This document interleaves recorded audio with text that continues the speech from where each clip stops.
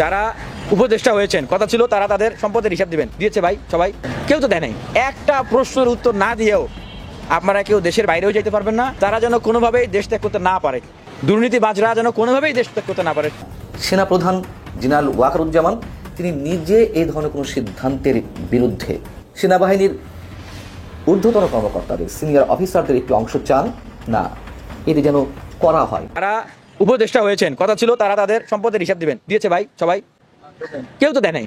তাহলে কিসের মানে তারা সংস্কার করবে, কিসের নতুন বন্দোবস্ত বাস্তবায়ন করবে? নিজেদের সম্পত্তির হিসাবই দেয় নাই। নাহিদ ইসলাম পদত্যাগ করে দল বানিয়ে পদত্যাগ করে দলে ঢুকলেন, তার যে দায়িত্ব ছিল সেই দায়িত্বের খবর নাই। তাহলে এইখানে কি তাহলে তলে তলে আবারও আপনারা ভাগ বাটোয়ারা করে খেয়ে দিয়ে কি আপনারা ঠান্ডা হয়ে গেলেন? এই প্রশ্ন হয়তো এখন আপনাদেরকে অনেকেই করছে না, কারণ আওয়ামী লীগ যতদিন ক্ষমতায় ছিল আওয়ামী লীগকে অনেকেই প্রশ্ন করে নাই, ভয় চোটে করে নাই। কিন্তু আপনারা এখন দিন দিন আরো প্রশ্নবিদ্ধ হচ্ছেন, মানুষ সচেতন হচ্ছে। একটা প্রশ্নের উত্তর না দিয়েও আপনারা কেউ দেশের বাইরেও যেতে পারবেন না। আপনারা লেমন জুস দিবেন একটা, দিয়ে বলবেন চুষতে থাকো আর বুঝাইবেন আর আমরা বুঝে গেলাম।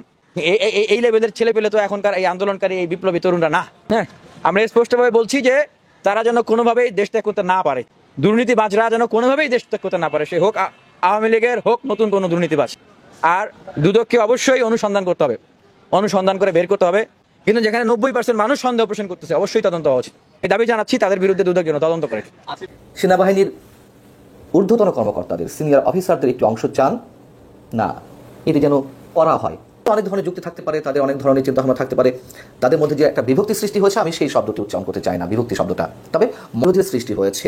অনেকের ধারণা, অনেকে বলতে চান যে সেখানে সেনাবাহিনী সরব উপস্থিত থাকলে সীমান্ত পাহারায় আরও জোরদার করা যাবে, এ ধরনের কিছু যুক্তি থাকতে পারে।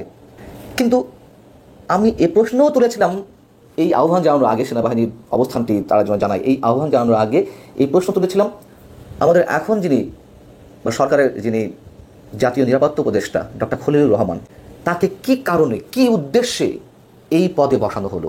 কিন্তু এই মুহূর্তে তো সেনাবাহিনী একটি ভাইটাল রোলে রয়েছে এবং সেনাপ্রধানের একটা গুরুত্বপূর্ণ ভূমিকা অন্তত বাংলাদেশের গণতান্ত্রিক প্রক্রিয়া উত্তরণের ক্ষেত্রে রয়েছে। তিনি নিজেও আগস্ট সবার উদ্দেশ্যে বলেছেন, জাতির উদ্দেশ্যে বলেছেন যে তার উপরে যেন বাংলাদেশের মানুষ আস্থা রাখেন এবং নিঃসন্দেহে বাংলাদেশের আগামী যে নির্বাচন সেখানে সেনাবাহিনী একটি মুখ্য ভূমিকা থাকবে। যতটুকু জানতে পেরেছি, ডক্টর খলিলুর রহমান জাতীয় নিরাপত্তা উপদেষ্টা হওয়াতে খুব স্বাভাবিকভাবেই প্রতিরক্ষা বাহিনীতে বা সেনাবাহিনীতে তার একটি প্রভাব এর মধ্যে পড়ার কথা।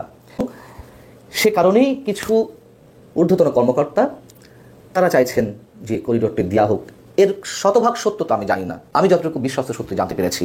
যদিও ডক্টর খলিলুর রহমান মাত্র দুদিন আগে জানিয়েছেন যে উত্তেজনা, যে উদ্বেগ বাংলাদেশের মানুষের মধ্যে দেখা দিয়েছে, রাখাইনের উদ্দেশ্যে বাংলাদেশ করিডোর দেওয়ার সিদ্ধান্ত নিয়েছে, এমন কিছু নয়, এমন কোনো চূড়ান্ত আলোচনা কারোর সঙ্গে হয়নি, প্রাথমিক আলোচনা পর্বে রয়েছে। তিনি এই কথা একটি অনুষ্ঠানে ব্যক্ত করলেও মানুষ তার উপরে আস্থা রাখতে পারছে না।